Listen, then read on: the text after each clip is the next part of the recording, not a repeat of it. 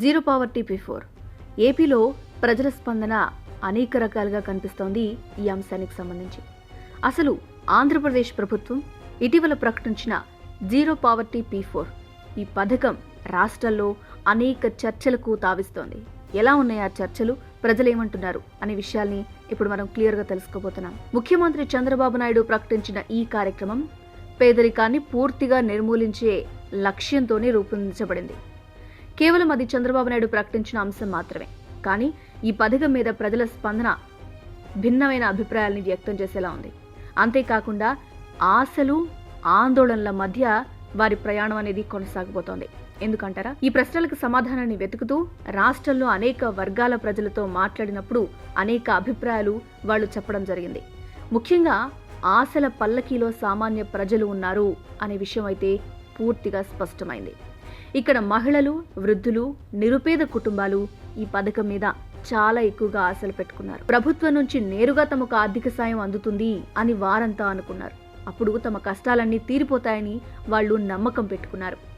గతంలో అమలు చేసిన అనేక సంక్షేమ పథకాలు, ఇప్పుడు కొత్తగా అమలు చేయబోతున్న P4 వంటి కార్యక్రమాలు వాళ్ల జీవన ప్రమాణాలను మెరుగుపరుస్తాయి అని వారు ఆశిస్తున్నారు. రైతు కూలీలు కానీ, రోజువారీ కూలీలు కానీ, చిరు వ్యాపారులు కానీ వీళ్ళంతా కూడా ఈ పథకం ద్వారా వాళ్ల ఆర్థిక పరిస్థితి మెరుగుపడుతుందని భావిస్తున్నారు. కానీ ఇది కేవలం వాళ్ళ ఆశలే అనేది మాత్రం రుజువు అవుతుందా లేదా అనేది చూడాలి. ఇక విద్యావంతులు, యువత వీళ్ళ అభిప్రాయం ఏ విధంగా ఉంది అంటే మిశ్రమ స్పందన వస్తోంది. ఎందుకంటే ఒకవైపు పేదరిక నిర్మూలనకు ప్రభుత్వం ఒక నిర్దిష్ట పథకాన్ని రూపొందించడం మంచి పరిణామమే అని అంటున్నప్పటికీ కేవలం డబ్బులు పంపిణీ చేయడంతో పేదరికం అనేది సమసిపోతుందా అనే సందేహం కూడా వాళ్ల మెదళ్లను తొలిచేస్తోంది. ఉదాహరణకు ఒక యువకుడి మాటలు వింటే, ఈ పథకం వల్ల తాత్కాలికంగా ఆర్థిక ఇబ్బందులు తీరొచ్చు, కానీ దీర్ఘకాలంలో ఉద్యోగ అవకాశాలు కల్పించడం, నైపుణ్యాలని పెంపొందించడం, పరిశ్రమలు ప్రోత్సహించడం ఇవి కదా చాలా అవసరం అని అతడు సమాధానమిస్తున్నాడు. రైతులు, వ్యాపారులు ఆందోళన వ్యక్తం చేస్తున్నారు. అవును, వ్యవసాయ రంగంలో, వ్యాపార రంగంలో ఉన్న వాళ్ళంతా కూడా ఈ పథకం గురించి ఆందోళన వ్యక్తం చేస్తున్నారు. ఒక పక్క ప్రభుత్వం సంక్షేమ పథకాల మీద డబ్బులు ఖర్చు చేస్తుంది, పెట్టుబడులు, మౌలిక సదుపాయాలు, విద్యుత్ ఇలాంటి రంగాల మీద నిధులను కేటాయింపు తగ్గిపోతుంది అని వాళ్ళు ఆందోళన చెందుతూ ఉన్నారు. ఉదాహరణ చూస్తే రైతు మాటలు ఎలా ఉన్నాయి అంటే, మాకు ఉచితంగా డబ్బివ్వడం కన్నా మంచి ధర పలికే పంటలకు మద్దతు ధర కల్పించడం, రుణ సదుపాయాలు పెంచడం, వ్యవసాయానికి అవసరమైన నీరు, విద్యుత్ వంటి సదుపాయాలు కల్పించడం అనేది చాలా ముఖ్యం. ఇది ఒక రైతు మాట.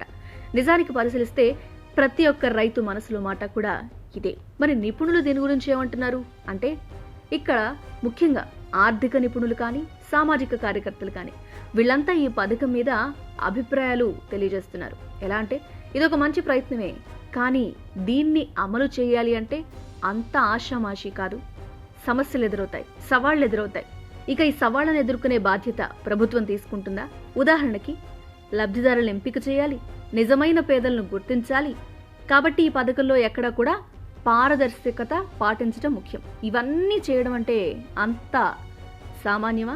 అంత సులభమైన ప్రక్రియ కాదు కదా అనే అంశాల్ని వారు ప్రస్తావిస్తున్నారు. మొత్తంగా చూస్తే జీరో పావర్టీ P4 ఈ పథకం మీద ప్రజల నుంచి అభిప్రాయం భిన్నంగా వస్తుంది. సామాన్య ప్రజలేమో కష్టాలు తీరుతాయి అని ఆశపడుతున్నారు. ఇక చదువుకున్న వారు, వ్యాపారం చేసేవాళ్ళు ఇది అమలు చేయడం అనేది సందేహాస్పదమే అని చెప్తున్నారు. ఇది ఆందోళనలతో కూడుకున్న ఒక అంశంగా వారు వాళ్ళ అభిప్రాయాన్ని వ్యక్తం చేస్తున్నారు. చివరిగా ప్రభుత్వం ఈ అభిప్రాయాలన్నీ తీసుకుని, ఈ సూచనలన్నీ కూడా పరిగణలోకి తీసుకుని ముందుకు వెళ్తేనే ఈ పథకం విజయవంతమయ్యే అవకాశం కొంతమేరైనా ఉంటుంది. కానీ ఖచ్చితంగా ఇది కష్టసాధ్యం అనే అంశం తేటతెల్లమవుతుంది. మీ అభిప్రాయం ఏంటి? కామెంట్ రూపంలో తెలియజేయండి. ఇలాంటి మరిన్ని విషయాల కోసం ఇప్పుడే ప్రజారథం ఛానల్ని సబ్స్క్రైబ్ చేసుకోండి. Thanks for watching.